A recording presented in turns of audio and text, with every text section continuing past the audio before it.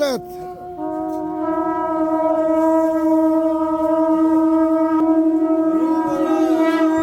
हरि बोला, हरि हरि बोला, हरि हरि बोला,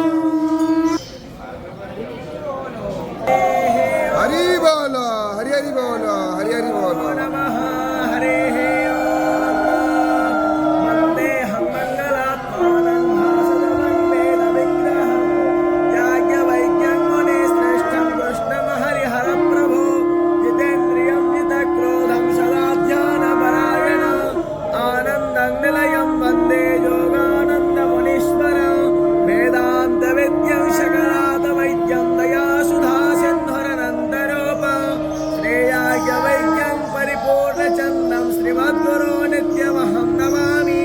गणनाथ सरस्वती रविशुक्रो बृहस्पति नित्यो वेदवाणी प्रवर्तते वन्दे श्रीशारदां देवी विश्वादिपञ्चदेवताः गुरुं च रामचन्द्रं च वासुदेवा विधा शिव तस्मान्नित्यप्रयुक्तेन वेद एव सदा पठेत्।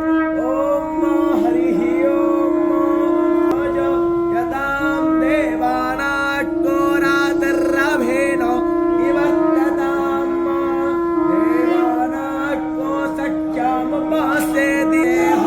हरि बोला, हरि हरि बोला, हरि हरि बोला, हरि बोला, हरि बोला। वेदा सामासदवृधे रक्षितारो प्रायोरोधवधश्वस्तये स्वस्तेन इन्द्रो वृद्धस्रवाः स्वस्ति न पूषा विश्ववेदाः स्वस्ति नस्तार्क्ष्यो अरिष्टनेमि स्वस्ति नो बृहस्पतिर्दधातु यावानो विदजग्मायः अग्नेयो हवनावख्यासो विश्वेनो देवा आवासागवन्मेह भद्रं कर्णेभिः शृणुयामदिस्येमाक्षरभियदनाः स्थिरैरङ्गैस्तष्टुवाग्मदेतर्माता स पिता स पुत्राः देवा